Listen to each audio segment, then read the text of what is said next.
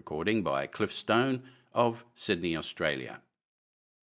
At Old Man Eckert's by Ambrose, Bierce. Taken from Present at a Hanging and Other Ghost Stories.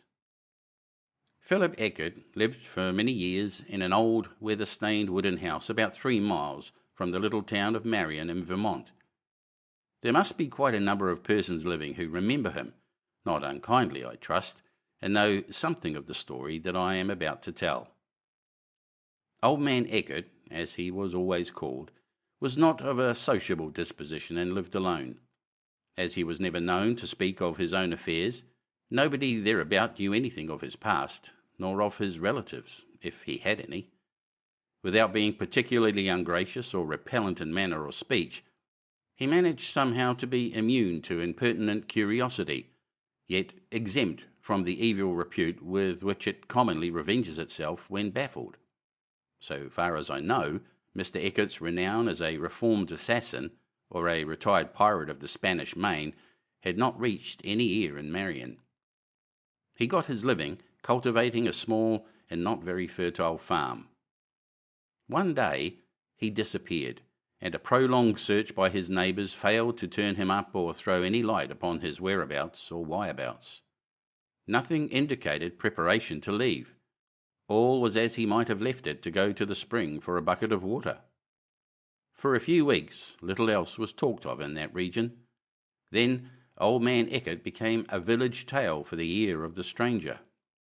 I do not know what was done regarding his property, the correct legal thing, doubtless. The house was still standing, still vacant and conspicuously unfit, when I last heard of it some 20 years afterward. Of course, it came to be considered haunted, and the customary tales were told of moving lights, dolorous sounds, and startling apparitions. At one time, about 5 years after the disappearance, these stories of the supernatural became so rife, or through some attesting circumstances seemed so important, that some of Marion's most serious citizens deemed it well to investigate, and to that end arranged for a night session on the premises. The parties to this undertaking were John Holcomb, an apothecary, Wilson Merle, a lawyer, and Andrew C. Palmer, the teacher of the public school, all men of consequence and repute.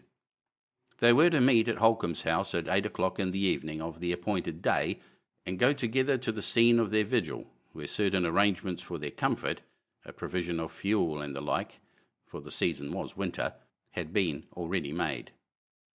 Palmer did not keep the engagement, and after waiting a half-hour for him, the others went to the Eckert house without him. They established themselves in the principal room, before a glowing fire, and without other light than it gave, awaited events. It had been agreed to speak as little as possible. They did not even renew the exchange of views regarding the defection of Palmer, which had occupied their minds on the way. Probably an hour had passed without incident when they heard, not without emotion doubtless, the sound of an opening door in the rear of the house, followed by footfalls in the room adjoining that in which they sat. The watchers rose to their feet, but stood firm, prepared for whatever might ensue. A long silence followed. How long, neither would afterward undertake to say.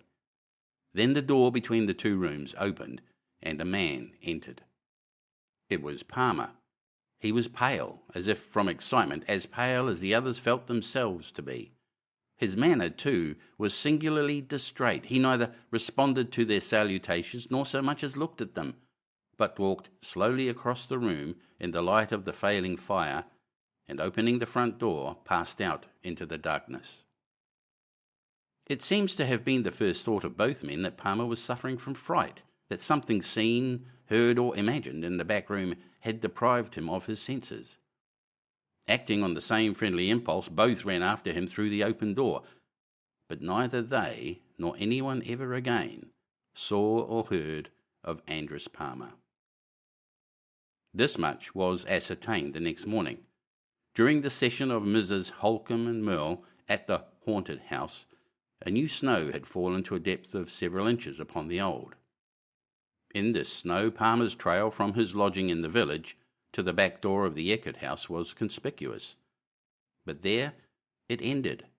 From the front door nothing led away but the tracks of the two men who swore that he preceded them.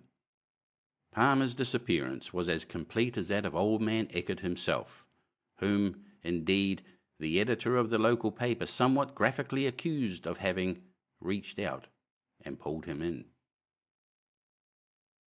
End of At Old Man Eckert's.